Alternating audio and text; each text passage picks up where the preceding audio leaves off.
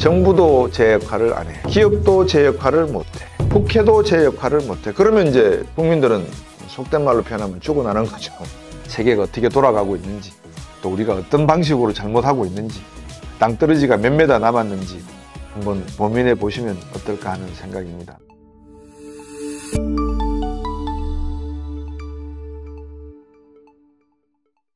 지금 미국에서는 AI에 관련돼 가지고 수많은 기업들이 정부와 대결 중에 있습니다. 대결이라고 하는 것은 부정적인 의미가 아니라 경쟁 관계에 있다 이 말입니다.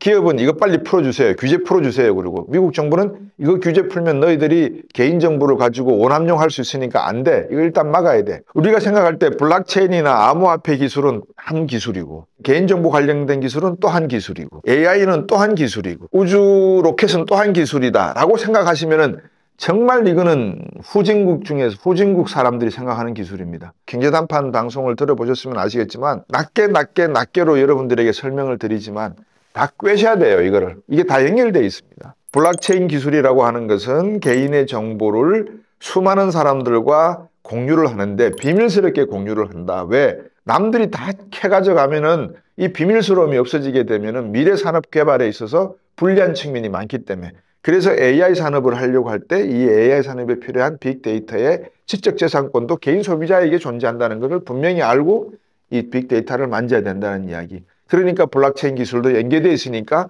암호화폐가 자산으로서의 가치는 있을 수 있다는 말씀을 드렸던 것이고요. 자, 그러면 이런 모든 기술들이 하나로 연결되어 있으면 인류는 어떻게 이것을 개인들을 어떻게 서포트하게 만들 것인가에 대한 답이 나와 있어야 되잖아요. 그럼 교육제도, 사회, 규칙, 명령, 행정, 법, 이 질서의 어떤 변화, 이게 시대 변화예요. 이 시대 변화를 누가 만들죠? 법으로? 국회가 만들죠? 누가 만들어요?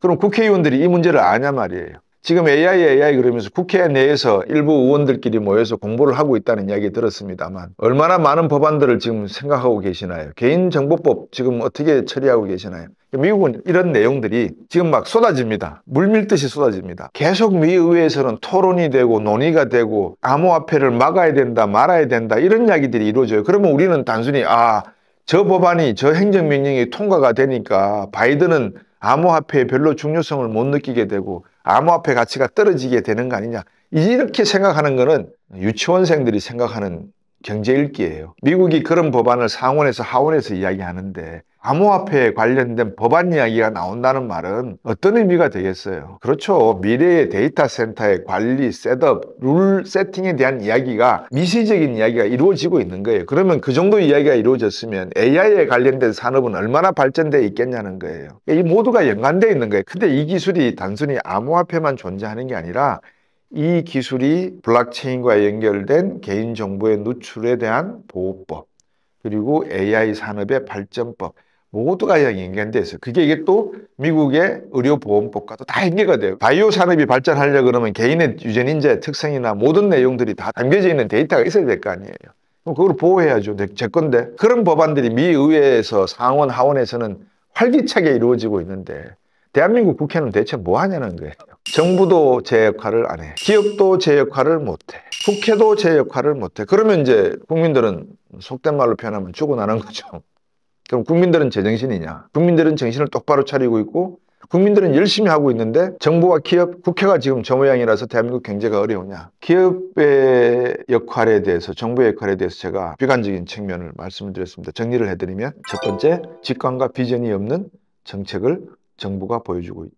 대한민국 리더의 부처장관, 대통령, 기타 등등 정부를 구성하고 있는 요인들이 우리나라의 미래 비전을 제대로 제시하고 있지 못하고 오히려 아날로그 시대로 되돌아가는 모습을 보여주면서 미래에 대한 기대치가 매우 낮아지고 있는 점이 우려스럽다. 거기에 대한 금리정책, 재정정책의 모습이 나와야 되는데 거기에 따른 재정정책과 금리정책이 나타나지 않고 있다. 기업 입장에서 기업 총수들은 과거의 정주영, 이병철, 이건희 회장과 같이 굵직한 우리의 기업인들이 보여줬던 그런 모습들이 더 이상 우리 기업들의 절박한 모습에는 나오지 않는다.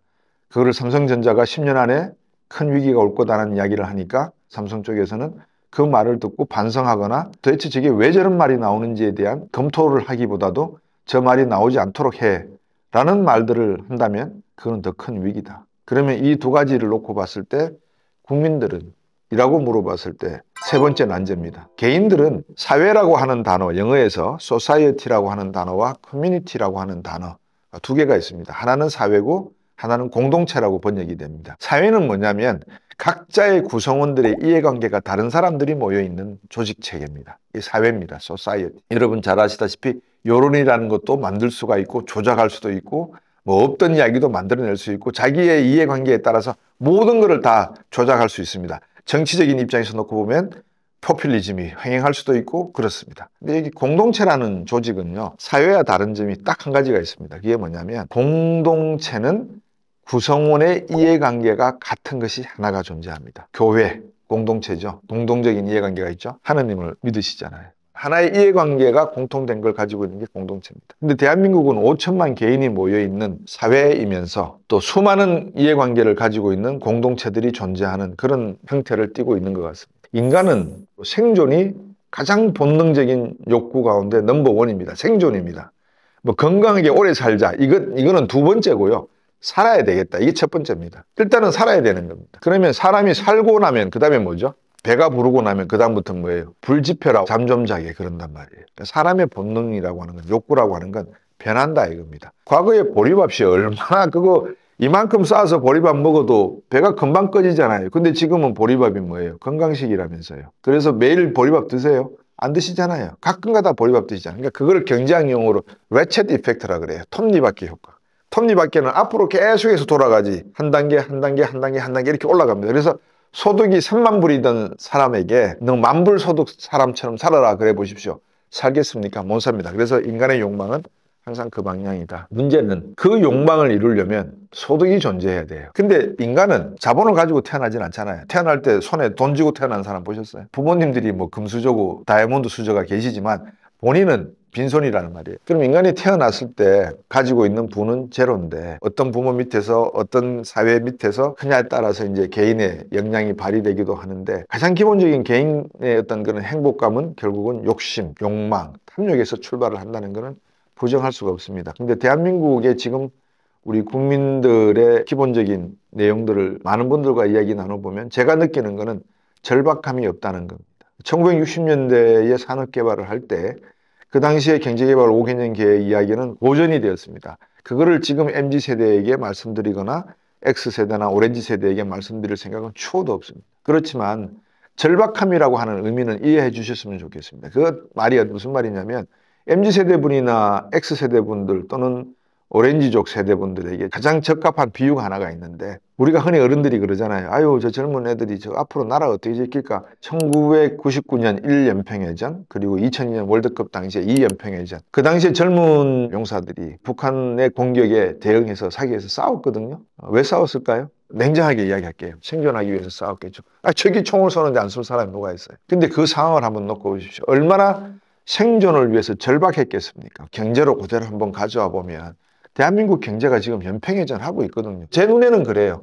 일본이라고 하는 첨단 기술에 있어서 부품 소재 장비에 있어서 세계 첨단을 걷고 있고 그리고 반도체는 언제든지 출발할 만한 가지고 있고 제국주의적 습성이 그대로 남아있는 국가 1억 2천만 이상의 인구를 갖고 자급자족의 경제를 할 수 있는 경제 오른쪽 옆에는 중국이라고 하는 15억이라고 하는 인구를 가지고 있는 50년이 지난 시점에 경제 성장이 저렇게 이루어져서 세계를 쥐락펴락하려고 하는 중국이 있고 그 다음에 인도네시아를 보니까 인구가 2억이 넘네요. 말레이시아도 1억이 넘네요. 이런 국가들이 지금 밑에서는 막 올라오고 있고요. 그럼 대한민국은 어디로 가야 되죠? 국민들이 어디서 절박함을 느끼죠? 근데 포기하신 것 같아요. 제가 느끼는 안타까움입니다. 왜 포기했다는 말씀을 감히 드리냐면 정부와 기업이 AI 관련된 인력이나 반도체 관련된 인력이나 양자 컴퓨터에 대한 인력이나 여러 가지 데이터 센터 관리에 대한 인력의 충원을 요청하는 게 하나도 없었다는 말씀을 드렸잖아요. 그럼 지금 어디로 가고 있죠? 그러면 경제라고 하는 거는 여러분 투자도 마찬가지입니다. 여러분들 제 강의를 시청을 하시는 이유도 곽수종이가 이야기하는 걸 한번 들어보고 어떤 방향의 투자를 하는 것이 옳은 것인가 참조하기 위하시잖아요. 투자를 하는데 리스크가 높은 것에 고수익이 가는 게 합리적이고 정의로운 거 아니에요? 그래서 만약에 다른 사람들이 전부 다 경제 좋아져 그러는데 곽수종이가 경제 안 좋아집니다 그러는데 투자를 했다 그러면 이쪽은 소수가 아니겠어요? 하이 리스크잖아요. 근데 그 말이 맞아 떨어지면 리턴은 크죠. 이 경제학에서는 원래 그렇습니다. 투자의 법칙은 하이 리스크, 하이 리턴. 이거를 통계학적 용어로 말씀드리면 변동성이 큰 시장에 투자할수록 소득은 더 많아진다. 근데 우리 사회가 어떤 사회로 가고 있느냐? 로우 리스크 하이 리턴으로 가고 있어요. 위험이 적은 분야에 투자함으로 해서 큰 소득을 기대하는 거예요. 그러면 누가 열심히 공부하려고 해요? 누가 열심히 노동하려고 해요? 누가 열심히 인생을 살려고 노력해요? 그런 의미에서 우리 국민도 뭔가 잘못되는 방향으로 가고 있는 거 아닌가라는 생각이 듭니다. 그래서 이 세 가지가 제가 생각하는 거시적인 입장에서의 난제다라고 말씀을 드리는 거고요. 미시적 입장에서 난제 세 가지 짧게 말씀을 드리겠습니다. 거시적인 입장에서 난제가 되다 보니까 갈팡질팡이죠. 정책이 갈짓자를 걷는 겁니다. 금리를 내려야 될지 올려야 될지 자기의 소신, 국가가 5년간 국가를 경영하면서 대한민국이라고 하는 주식회사를 경영하면서 가져야 될 정책의 일관성이 존재하지 않은 겁니다. 어디가 목표인지. 재정을 무조건 안 쓰는 게 목표냐? 그러면 미국도 GDP 대비 110% 이상, 일본은 260%, 유럽 국가들은 거의 다 100%가 다 넘은 세상. 근데 우리나라만 40%를 가지고 있다? 그러니까 우리나라 재정이 건전하다? 대한민국은 위기에 빠지지 않는다? 이건 말이 안 되는 이야기죠. 말이 안 되는 정책을 정부가 고집한다고 하는 것은 이거는 미래에 대한 직관과 비전이 없다는 것. 그래서 금리 정책과 재정 정책의 의미는 아무것도 가진 게 없다. 물가 잡는다? 물가 잡는다고 해봐야 뭐 하겠어요. 앞으로 기후환경 변화에 의해서 엘니뇨 현상이 심해지면서 날씨가 더워지면서 곡물가는 더 오른다고 이미 결론이 나왔거든요. 예측이 나왔어요. 여러분 noaa.org 한번 들어가 보세요. 미국 기상청입니다. 그러면 인공위성이 찍어놓은 기후 예측치가 다 나와 있습니다. 그 안에. 올해 기후변화가 가뭄이 심해서 곡물 재배가 어려울 것이다. 곡물 가격이 올라갈 것이다 라는 예측이 나와 있어요. 그러면 과학기술이 예측한 걸 시장에서는 어떻게 보고 있고 실제 현물 시장에서는 또 어떻게 거래가 되는지 이게 연결되어 있다니까요. 과학기술이라고 하는 것이 단순히 과학기술의 발전, 우리가 카메라를 쓰고 전자 디지털 카메라를 쓰고 거기에서 끝나는 게 아니라 생산성, 효용이라고 하는 것과 연계되어 있어서 얼마나 값싸고 빠르게 물건들을 만들어내서 소비자들에게 전달해 주는가에 영향이 있다는 거예요. 그거를 정부는 너무 급하게 가거나 기업들이 독과점을 하게 되면은 착취를 하니까 방지하고 막아야 되는 법안을 정부는 만들어야 되는 거예요. 그러니까 직관과 비전이 있어야죠. 도대체 기업이 어디로 갈 건지를 알고 있어야 된다는 이야기예요. 기업에 있어서의 미시적인 측면은요, 기술이 없다는 거예요. 기술이 없어요. 온천 기술이 뭐가 있어요? 내놓지 않으니까 모르니까 딴소리 하지 마라. 뭐 그렇다면 다행입니다. 천만다행입니다. 그런 측면에서 놓고 보면 기업의 미시적인 관점에서 역시 어디로 가야 될지를 모르고 있다. 정부를 쳐다보고 있다 그러면 그건 큰일 날 일을 하고 계시는 겁니다. 그럼 개인들의 미시적인 측면은 뭐가 있느냐? 30대와 40대 분 중에서 개인이 갖고 있는 자산과 부채를 한번 계산해 보십시오. 아마 부채가 없다라고 하는 분은 10분 중에 한두 분 정도 나올 겁니다. 나머지는 다 빚이 있습니다. 그러면 이 빚을 탕감할 수 있는 방법은 중산층이 늘어나는 방법밖에 없어요. 중산층이 늘어나는 것은 고용이 늘어나는 거예요. 고용이 늘어난다고 하는 것은 중소기업과 중견기업이 잘 돼야 되는 거예요. 중견기업과 중소기업이 잘 되기 위한 미래 산업에 있어서 소재, 부품, 장비와 관련된 기술 개발이 있어야 돼요. 어떻게 해요? 정부의 산업 지원 정책을 지원을 받아서. 가장 중요한 게 뭐죠? 유동성이죠. 뭐 돈이죠. 뭐. 투자하는 돈이 없으면 어떻게 돼요? 그래서 주식시장이 돈이 돌고 도는 것이고요. 부동산 시장은 꽉 막혀 있지만요. 그래서 개인이 미시적인 측면에서 가져야 될 게 하나는 심리적으로 절박감을 가져야 될 것 같고요. 두 번째는 건전한 탐욕, 욕망의 시대를 한번 생각해 봤으면 하는 생각이 들고요. 세 번째는 자기 자산과 부채에 대한 명확한 계산을 한번 해두시기 바라겠습니다. 과거에는 가계부 쓰던 시절이 있었거든요. 지금 요즘 여러분들 가계부 쓰시는지 모르겠는데 저도 일단 가계부를 어느 정도 씁니다. 머릿속에. 그래서 여러분들이 자산과 부채라는 개념을 생각을 하시면서 투자도 하시고 또 자산도 늘려나가시면 좋겠다라는 생각이 듭니다. 종합해서 말씀드리면 부동산 시장은 값이 올라가냐 떨어지냐, 경제가 좋으면 올라가고 경제가 나쁘면 부동산도 버블이 터지고 주식시장도 마찬가지입니다. 그럼 경제가 언제 좋아질 거냐? 한국 경제를 보지 못하고 미국 경제를 봐야 되죠. 그럼 미국 경제는 언제 좋아질 거냐? 바이든 대통령이 될지 트럼프가 될지를 봐야 되겠죠. 시대의 변화를 읽으셔야 됩니다. 다시 말하면 미국은 철저하게 국가 이해관계를 가지고 가는 국가다. 그 국가의 방향성을 제대로 우리가 읽어내야 된다. 그리고 미국의 방향성을 읽고 난 다음에 우리 정부도 미래에 대한 절박함을 가지고 새로운 산업 비전을 직관을 제시하는 그런 정부가 나왔으면 하는 게 제1 충분 조건. 제2 충분 조건은 기업 총수가 정부가 못하면 기업 총수라도 제대로 좀 역할을 해줬으면 좋겠다는 것. 세 번째, 국민들께서 어느 정도 35,000달러 시대에 살고 계시니까 절박함이 없으신 것 같습니다. 근데 저는 아직도 배고픕니다. 미래 세대를 생각하면 갑갑합니다. 저는 얼마든지 물러날 준비가 되어 있고 방송 안 할 수도 있습니다. 하고 싶지가 않습니다. 그런데 그 누구라도 이런 절박함을 이야기하지 않으면 안 될 것 같아서 당분간은 제가 할까 하는 생각입니다.